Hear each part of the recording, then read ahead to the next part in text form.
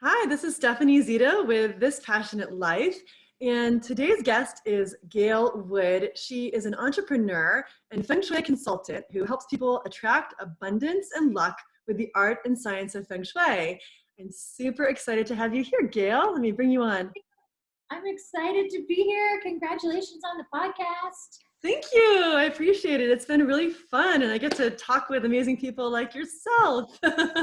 So I'll just say really quickly, Gail and I met through just an online sort of networking Facebook group. So that's the power of Facebook groups. And then I had the privilege of being on a summit with Gail. And here we are. This is how these connections happen and move forward. So I'm super glad you're here. And I would love for you just to tell us a little bit more about Feng Shui, and if I'm saying it right, and how it helps someone to turn their passions into profits. Well, I am happy to share about that. You know, I look at Feng Shui as it's kind of your secret weapon. It's something that can just really give you an edge. By, you know, it's similar to hiring a great business coach. It's not something that is going to be 100% responsible for your success or failure. Of course, we're all responsible for our own destiny, but it can definitely give you a boost by eliminating some of the common problems in our lives, and then energetically, you know, just supporting us more. Well, what is it? What is Feng Shui? Okay, so Feng Shui is Feng Shui, sorry. It is a system of looking at the energy in a home. So what we do is we'll look at the direction that your home faces, the year it was built, and your house actually has an energy blueprint. So it's similar to, say, our astrology report that we get based on, you know, what state, what town we were born in, and the time we were born, all of those things. So we say that's when the house was born. So based on when the house was born, it's going to have a certain energetic pattern. And, you know, some of it's really good and some of it's not so good. You know, in Feng Shui, we always have that balance. So in Feng Shui, is it the house? But I'm thinking about someone who, like a woman who is an entrepreneur or starting out in business or looking to up level. Does it also work for someone's office, or sometimes we have a home office? So do you look at an office space as well? Yeah, so if your office is in your home, I would look at your home as a whole. Now, what we can do with a smaller space, like if you have a small office in a larger office building or something, you can use intentional Feng Shui in that space. But the entire building has its own Feng Shui blueprint. Great. So what's an example with someone's home if they are experiencing energy that is, I would call it like blocked, or perhaps, you know, they're trying everything but not making the money they want in their business, or patterns are happening? Like, do you have some examples of that and what you would change? Yeah, so some examples of that would be, you know, if you're doing well with earning money, but you never seem to be able to hang on to any of it, like money leaks, a lot of, you know, just unexpected things like accidents. Maybe you sprain your ankle and then a few weeks later you burn your hand in the kitchen. That could be a sign that something's out of balance. You know, arguing and bickering, things like that. And of course, all of that would affect our ability to be productive. You know, whether we're worried and stressed about the money, or we're worried and stressed because we keep bickering with our spouses. I'm taking notes. I'm taking some notes here. That's interesting that the positioning of, it sounds like your home, the year it's built, and also probably how your furniture is in the home, right? Like the kind of furniture that you have, or perhaps your clutter. Okay, yeah, clutter. So clutter is not a part of traditional classical Feng Shui because it's so old. If you think about it, 4,000 years ago, people didn't have clutter. This is brand new problem, just really in the past 100 years. But it's definitely one that Feng Shui consultants have embraced, because common sense and logic tells us that if you have piles of clutter and, you know, unused items and things like that, that it's definitely going to affect the flow of the energy. Yeah. So if someone had, like, let's say this money leak, that's really interesting to me, because you may not even be, it's not you, it's your surroundings, it's your environment. What are Yeah. some suggestions you would have for someone? What would you look at? Well, I would look at that area of the home. Hang on one second. I'm going to grab something. Oh, for sure. Okay. Got my chart. Oh, good. So we got a chart here. This is really fascinating to me because I work a lot with people's energy. Anybody can do this. You can get a compass app on your phone and figure out the different areas of your home. So the southeast of your home is going to be your prosperity area. Mm-hmm. So a lot of times if there's a money leak or something like that, we'll go to the southeast and we'll say, oh my goodness, look at this. This is where my bathtub that drips is. Mm-hmm. And it'll be like, duh. And to me, it's always so amazing how those things are connected. Something we don't really think anything of, like this little slow drip of a faucet or something. It's having an effect on our lives. Mm-hmm. That's a really good point. Yeah. I love this. It looks like you have a compass behind you too, right? Is that part of your office? I got Oh, my. yeah, now I get it. Oh my gosh, this is gold right here. So the southeast is prosperity. So let's say you had the drip, but what else would you do to increase the prosperity of that region of your home? Yeah, so it depends on kind of what room it is. Like if it's your bedroom or your laundry room or where it might be. A lot of people, you know, say, oh no, my bathroom is my prosperity area. And they start freaking out. And I'm like, don't worry about it, you know? So you definitely want to make sure that everything's clean and clear, and, you know, you don't have any broken items. And you also want to look around at, okay, what's in this room? Are there things I've held over from a time in my life when maybe I was really broke? Mm-hmm. Or things that I'm hanging on to out of fear that, oh, if I let go of this item, I'll never be able to replace it. So we kind of want to look at the meaning of the different items that we have in our homes. Mm-hmm. What So about colors? Do colors come into play too? so colors come into play, definitely.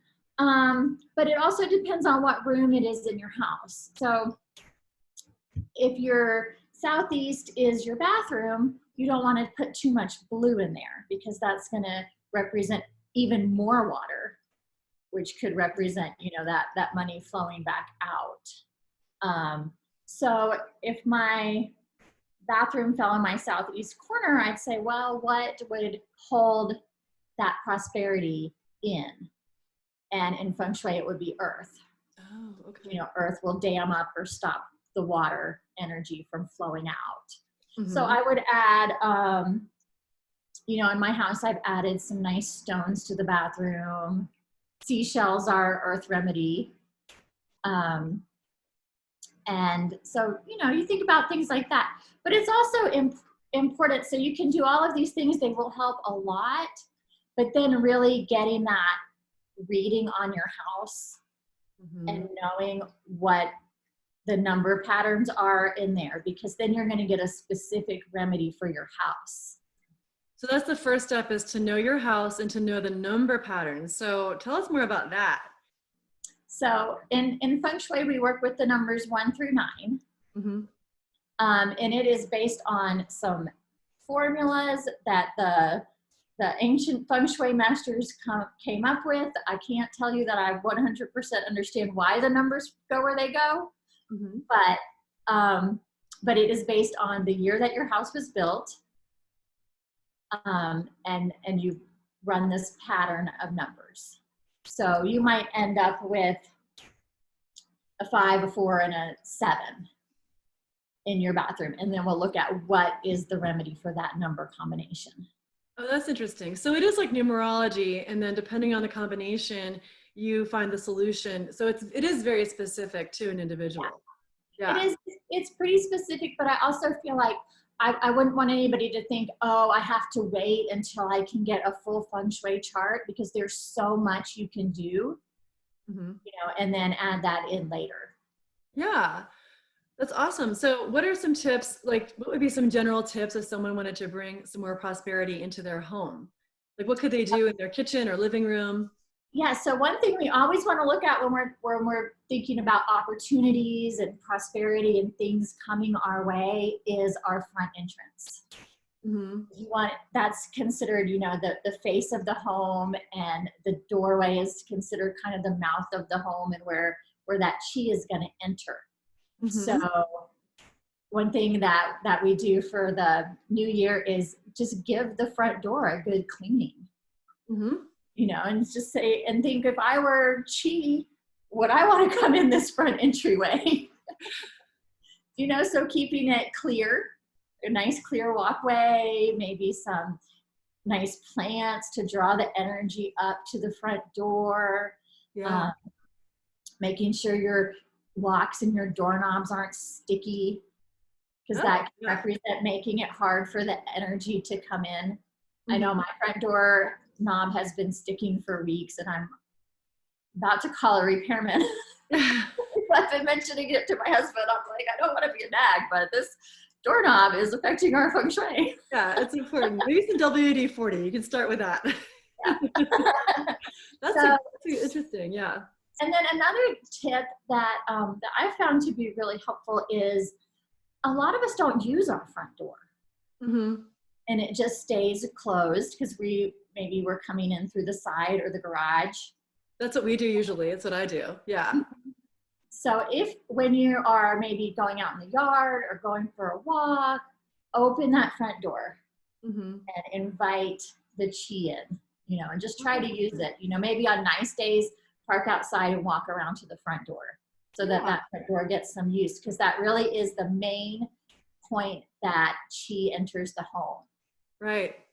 And then from there, we want it to have a nice path where it can flow around to all the different areas of our home, and bring us good energy.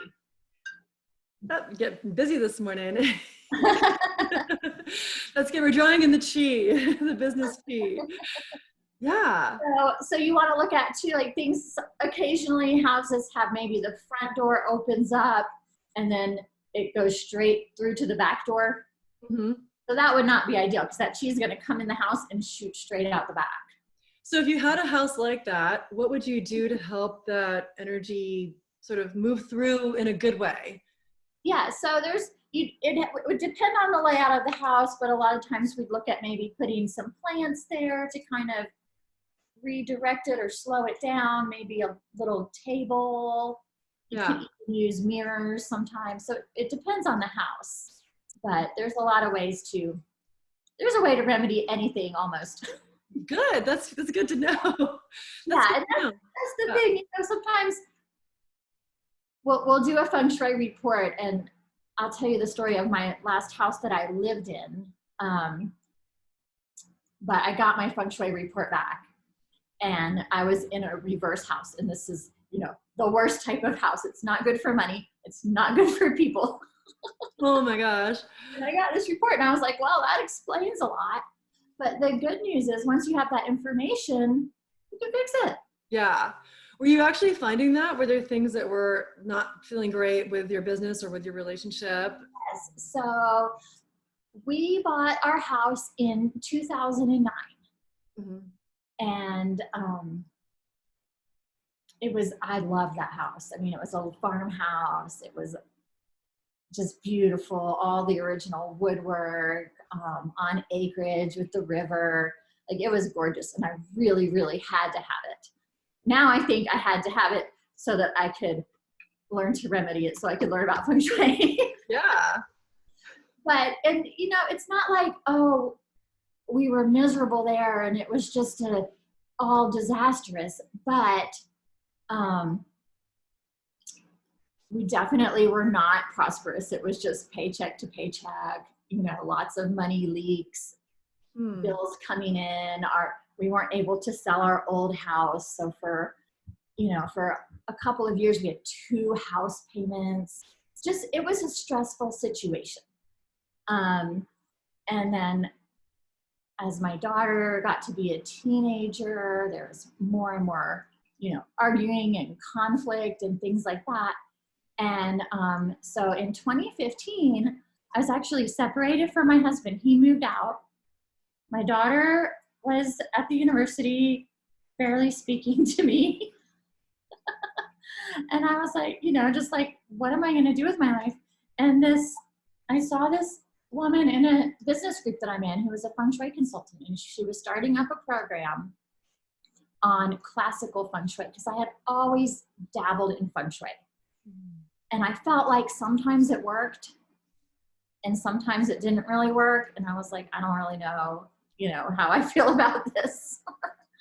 But I was like, you know what, I'm going to try this, because what do I have to lose? I was like, it'll keep me busy. It'll give me something to focus on. And it certainly can't hurt. If it does all this stuff she says it does, then I want to do that. So I got my house report and I got my remedies in as quickly as I could. I remember my best friend, I had to call my best friend and say, like, I need you to get your husband's truck. We have to go to the hardware store. I have to do this giant water feature. You were all in. I was all in. Like, I was like, if I'm going to do this, I'm going to do everything she says. Yeah. And I got the water feature in, all my other remedies. And it's surprising. So with the classical Feng Shui, metal is the most commonly used remedy. Really? Mm-hmm. What does metal do? Metal, it reduces two of our elements when they're negative. It reduces a negative earth element and a negative wood element. So if you have either of those in your areas, you're going to need to add metal. So it reduces that negativity, which then, just makes things flow better. Interesting. Yeah, I always think about green or plants, but I wouldn't have thought of metal. Mm-hmm. Yeah, people always think about plants and water fountains. Yeah. But metal is actually the most commonly used one. And the good thing is you don't have to see it. Right. So you can just like stick it under some furniture or something. So here I am marching around my 3-story farmhouse, like with pieces of wood stove, whatever I could find in the basement that was made out of metal. And I was getting those remedies in. Mm-hmm. It was like possible to work out. I got all those remedies in. And I mean, I don't remember exactly what happened. I know at some point my husband and I called each other and we were just like, look, I'm tired of this. Just come home. Like, we just kind of got over it. Oh my gosh. It worked. Yeah. So within 6 months of putting all of the remedies in that house, we were, we weren't like 100%, everything was perfect. But we were back together. Mm-hmm. And we were moving out of that house and into basically our dream house in the town that we wanted to live in. Oh my gosh, that's incredible. Completely out of that house. And mm-hmm. I mean, I wouldn't believe it if it didn't happen to me. Yeah.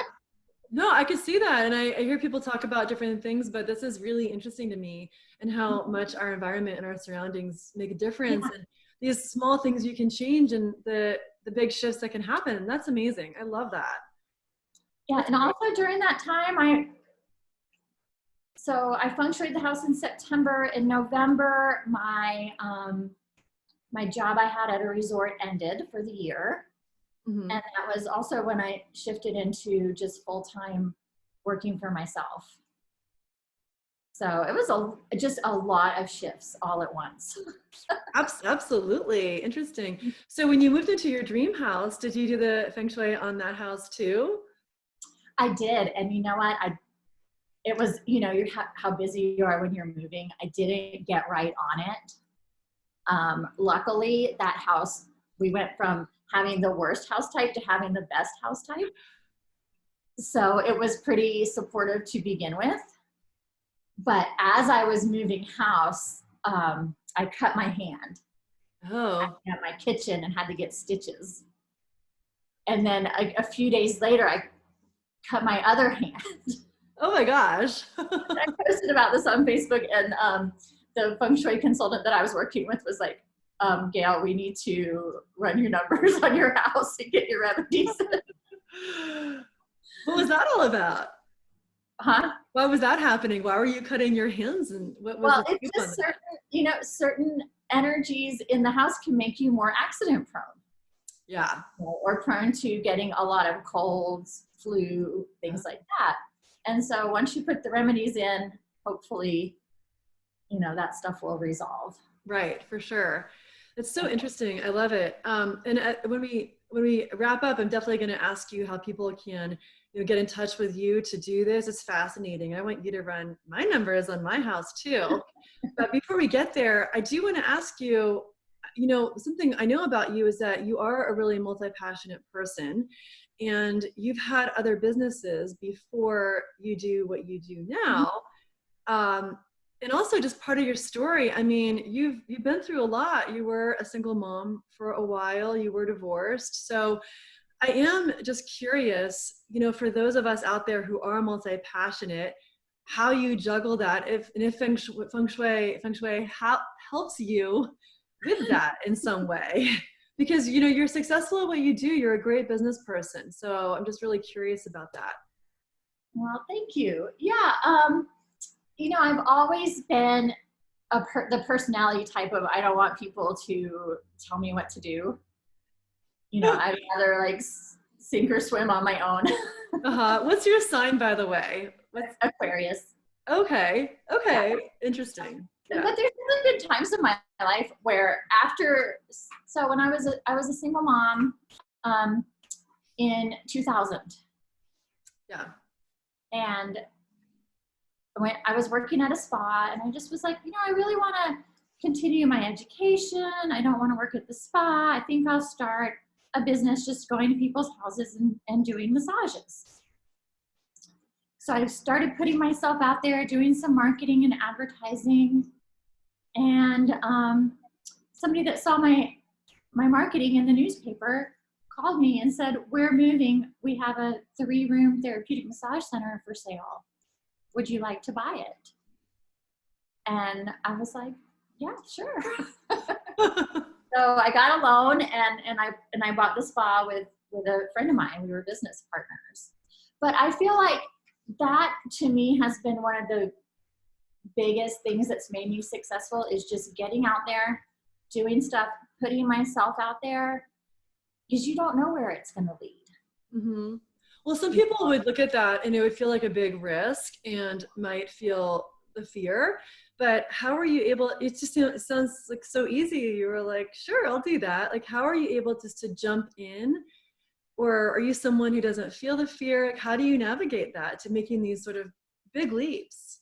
Well, I definitely feel the fear. Okay, just checking. I also look at the alternative. Mm-hmm. So Right. I look at, okay, if I don't do this, where am I going to be in a year, in 2 years, in 3 years? Mm-hmm. I'm basically probably not going to progress. I'll be in the same spot. Mm-hmm. So That's a I really look good at that. point. Pardon? That's a really good point. Yeah. And then I look at the risks. And one question I like to ask myself is, what is the worst thing that could happen? Mm-hmm. What's the absolute worst thing if I buy this business, if I am terrible at it, if it goes under?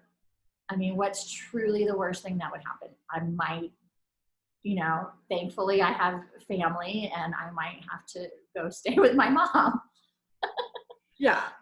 And so, just looking at it's like, okay, well, that would suck. I wouldn't like it, but it's also not such a bad consequence Mm-hmm. that I wouldn't want to try. Exactly. Yeah. You bring up things that I coach people on and I do workshops on too. It's like looking at your worst case scenario. And also, if someone's looking at hiring a coach or investing in themselves, investing in Feng Shui, it's like you're going to either stay exactly where you are, or you can make an investment that will pay off. It's looking at like the dividends that you can get. And that worst case scenario, it's like hopefully most of us have some kind of safety net somewhere. It may not be exactly what we want, but there is something that'll kind of, we can lean on if needed. Yeah. Mm-hmm. And, and I've done that with all kinds of things. We bought the house I was telling you about, the reverse house that was not good. I mean, we took a risk when we bought that house because we hadn't sold the house we lived in yet. And we looked at it, we said, what's the worst thing that could happen? Well, we could go into foreclosure Mm-hmm. and have bad credit. And we decided, well, that was a risk we were willing to take. Yeah. To move our family to the new place. And that is actually exactly what happened. Mm-hmm. And I think it's because we were in that reverse house and it was having effect on our luck. And so we weren't able to sell the house, the previous house. Totally. It makes sense. A tree fell on it. I mean, if it could go wrong, it went wrong. Oh my gosh.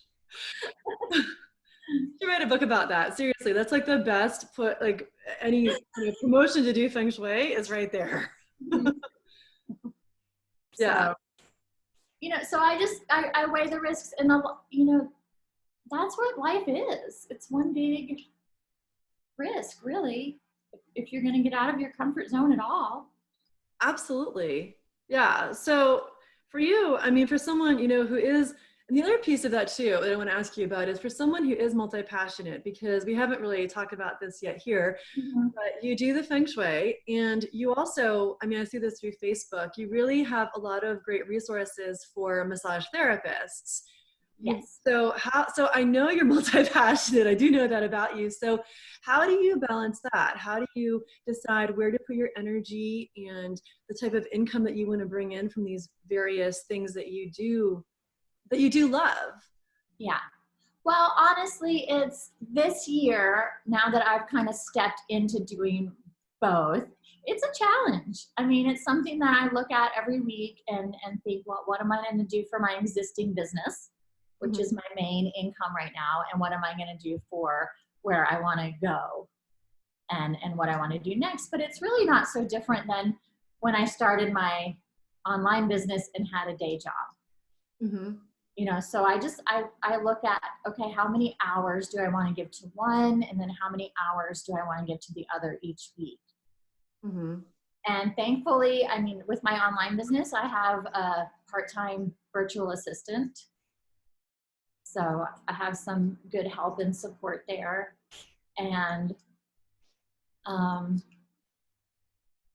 it's interesting. It's just something that I'm just continually looking at and revisiting. So it will continue to evolve and change. Well, and what I think is really helpful for women out there who have a full-time job and want to start a side hustle that could become full-time, it's realizing, just like yourself, that you did juggle that time. You had a full-time business while you were starting your online business. And then at some point you realized the importance of outsourcing and having that virtual assistant. So, making those decisions to allocate some of your funds towards that, so it frees up some of your time. And then it is constantly, it's like a constant sort of ebb and flow and feeling into the amount of time and space you do take up with what your passion is. And we were talking about me being a risk taker, but I can also be kind of conservative in some areas. Like I knew I wanted to build my business to a certain point before I quit my day job. Mm-hmm. I made the conscious decision to take on extra shifts and hours at my day job because there would be a program or a coach I wanted to invest in. And I would tell myself, I can't really take this out of my family budget, but if I work an extra Saturday, so I took my day job and invested in myself while I still had that security. Mm-hmm. And I remember the last year I was at my day job, I was, emailing my virtual assistant from the parking lot. And I was like, I gotta go, I'm at work. And she was like, you have a day job? Didn't even realize.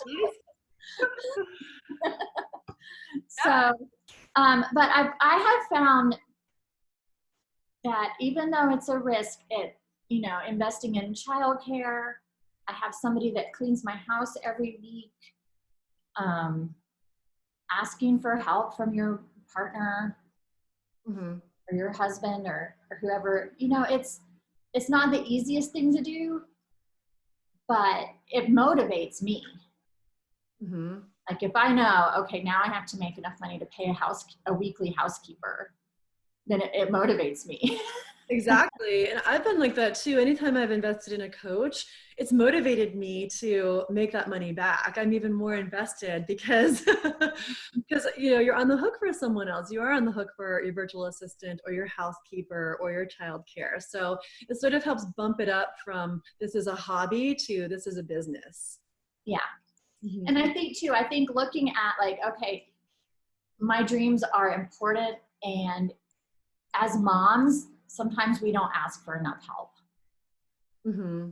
I do agree with you about that, and just feeling that it's okay to reach out for help, and Mhm. that there's plenty of people out there who are ready and willing. I feel like that with my friends. I'm definitely there for them, and it feels good. It feels good to give. So we're kind of giving someone else the opportunity to feel that when we do ask for help too. Mhm. Yeah. And I know this year, I looked at what I'm doing and I told my husband, I said, I'm not capable of running my current business, starting a new business, and being the main parent. So I said, you know what? What can we do differently? And so now on Mondays and Wednesdays, he takes off work early and does all of the after school activities and running around. So there's 2 days a week that I work up until 6 o'clock. And it's amazing the difference that extra 6 or 7 hours a week can make. Absolutely. Yeah. It's like there's this book by Sheryl Sandberg, I think. It's called Leaning In or Lean In. So Mm-hmm. it's like if you look it up, if you Google those words, you'll find it. It's exactly about that. It's about women and having our spouses, having our significant others, or even friends and family to help lean in, because there is a lot that we shoulder. So like Yeah. allowing ourselves that extra time. And we do the same thing with my family. If I work early or late, my husband's there to be the Yeah. main parent during those times. So, and it feels good. I actually feel like more balanced because of that. Yeah. And I knew it was out of balance because the end of 2019 through the holidays, I was just feeling more and more drained. Mhm. I was, feeling resentful. Like I wasn't loading the dishwasher. I was like throwing those dishes in the dishwasher. Passive aggressively doing the dishes. Like, exactly. Like nobody else be around here. And then I was like, okay, well, there's only one person who can change this dynamic. Yeah. I ask for help, exactly. So is there a feng shui in terms of finding that balance, or for a woman who is doing a lot and looking to do that extra, side hustle, is there something like feng shui related to help with that? Um, I'm a huge fan of clearing clutter. Hmm. I have actually on my website, I'll go ahead and put this in now. I have a clutter clearing workbook, a free workbook that you can download. So that's fengshuielevation.com. Hmm. Uh, but I read somewhere just the other day that clearing clutter can reduce your housework by 40%, Yeah. which sounds pretty huge. And also, it can just help you think more clearly and prioritize and feel more organized. Absolutely. Yeah. And it energetically, clearing clutter can represent clearing obstacles out of your way. Hmm. So I have found many times that when I've just been stressed out or didn't know what to do, and I just take a day and clear a room or two of clutter, some things seem to kind of fall into place. Hmm. So it helps to shift the energy. Hmm. Um, Other things you can do for feng shui is, look at the different areas of your home. Like northwest represents helpful people. So you can even write affirmations. I love affirmations. I write things like, I have the most amazing husband. He helps me all the time with anything I need help with. My husband loves to cook dinner for us. You just kind of like bringing that energetically into your world just by putting that in the northwest corner. I love that. I'm going to do that too. Yeah. So, so really just getting clear. I think getting clear on what it is that you need and want. Mm-hmm. Maybe it's I need 5 uninterrupted hours a week to work on my side hustle.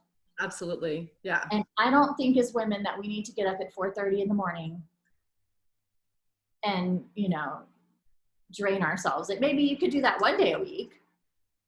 Mm-hmm. But I think that, just the practical looking at your schedule and saying, okay, I'm going to find this time and I'm going to make it a priority. Right. I'm not going to answer that phone call and respond to somebody else's emergency. Exactly. Prioritizing yourself. Yeah. And you've just out of curiosity, because you've mentioned the Northwest, you've mentioned the Southeast. I'm taking notes. So tell us about the other areas. Yeah. So your South is fame and reputation. So how you shine your light in the world. And I have a really good story about the South.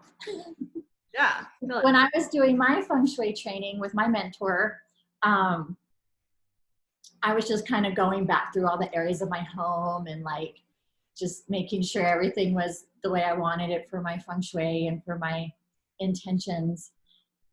And in my South area, I have a lot of plants growing, which I thought, well, that's good because I want my fame to grow. I want my reputation to grow. I want to be, recognized as a leader and things like that. But I took some time with my plants and I just, gave all my plants some love. I washed them all. I watered them all. I, took all the dead leaves off and just fixed everybody up. Within 2 days, I got a call from Massage Magazine that they wanted me to be on the cover of their magazine. Oh my gosh.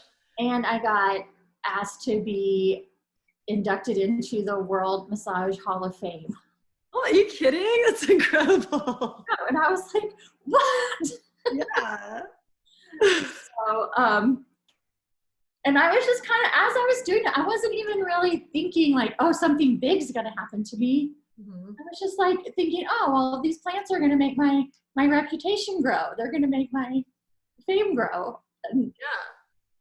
Well, so, you weren't expecting. It's like you were encouraging it, but you weren't kind of expecting it. Right. Yeah.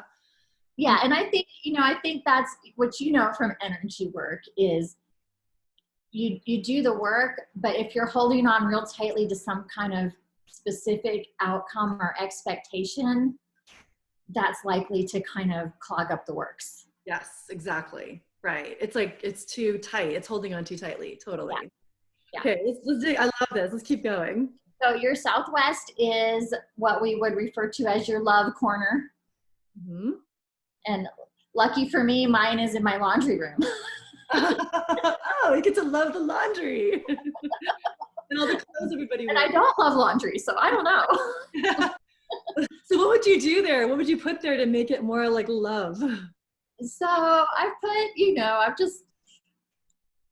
I haven't done a lot for that area. I have my remedies in. I try to keep it clean and not let it get too junky because that's where like recycling tends to pile up. And I'll even notice if that area gets all piled with trash, we'll start bickering.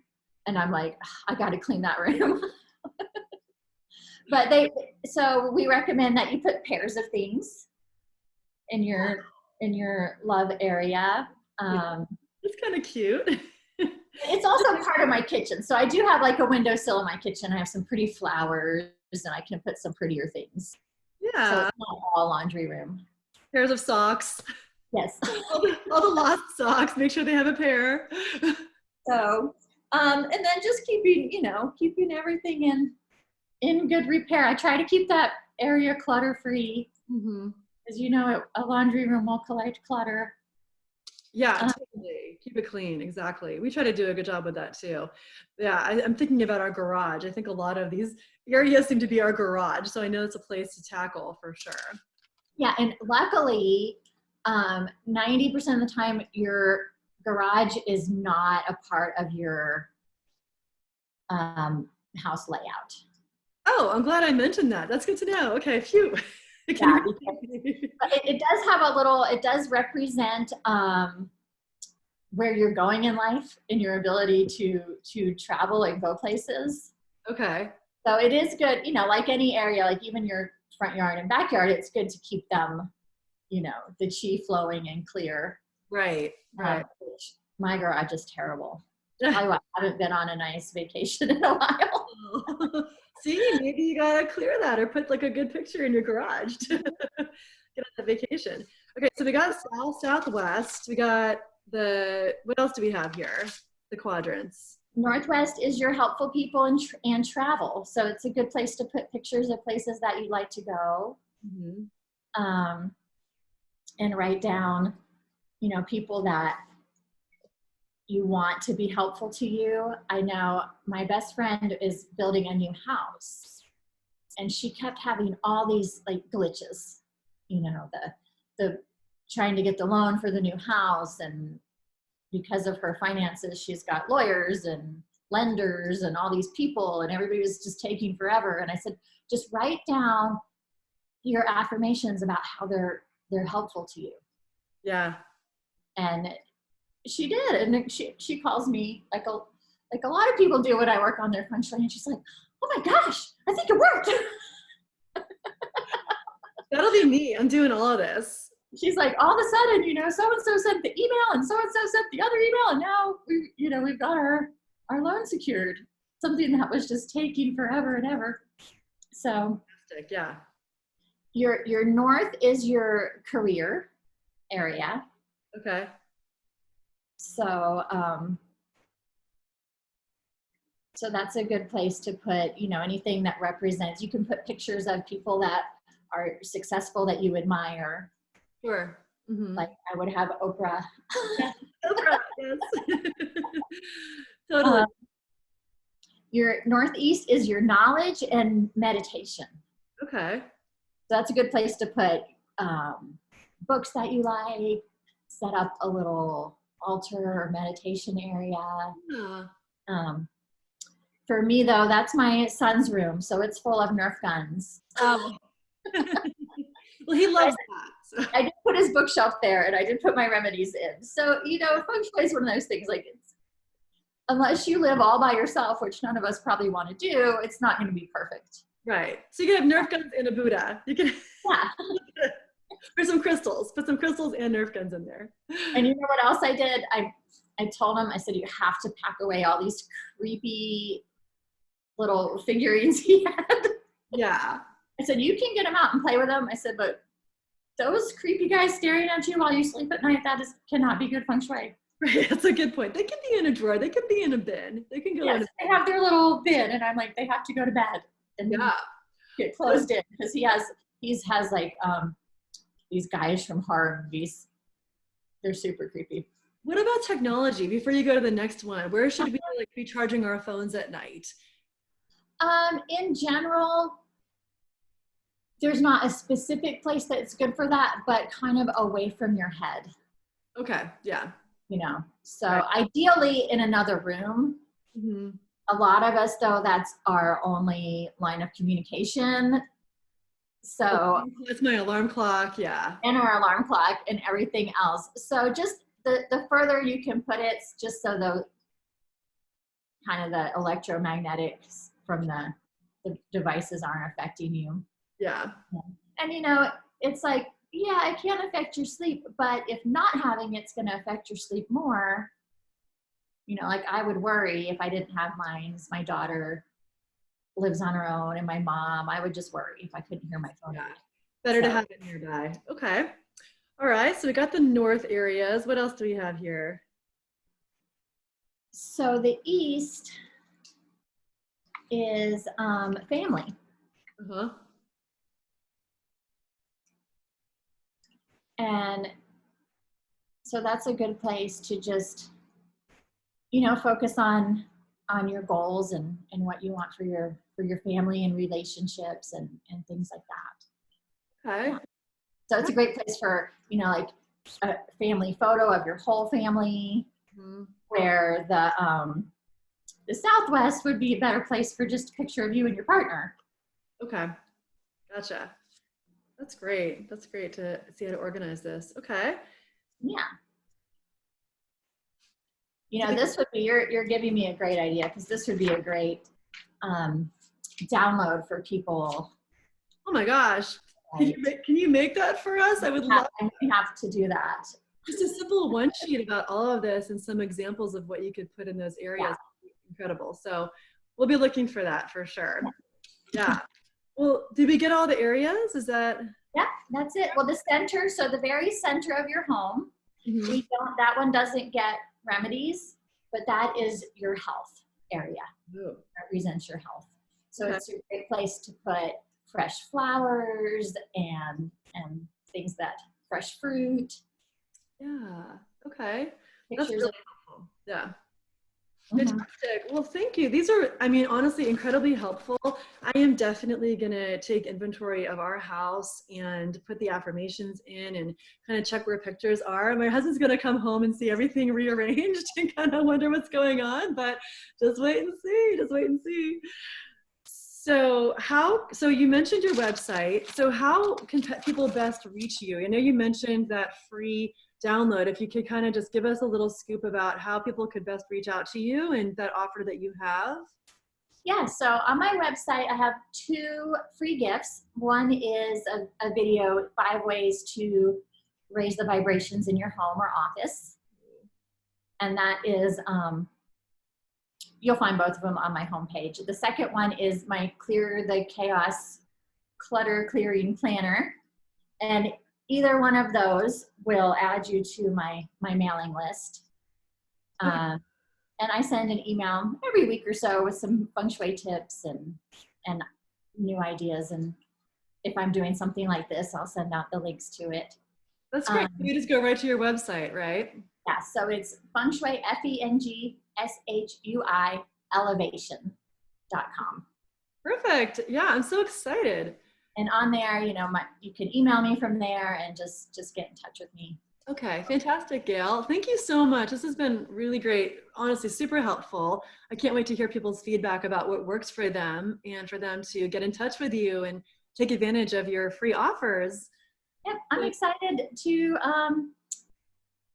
be a part of this and to start sharing more about feng shui with the impact that it's had on my life. I'm just ready to share it with everybody. It's honestly, you should, because it's really helpful to know and to hear your stories. It's something that I've heard about. I've picked up some books or even kind of Marie Kondo kind of in there a little bit, but I just didn't realize the impact it could have and how important it is. So I really appreciate you getting the word out. I think it's just really great impact for anyone who's listening, and please continue to share. I can't wait to hear more. Thank you so much. Yeah, well, thanks for being on here. I appreciate it. Talk to you soon. Bye. Bye.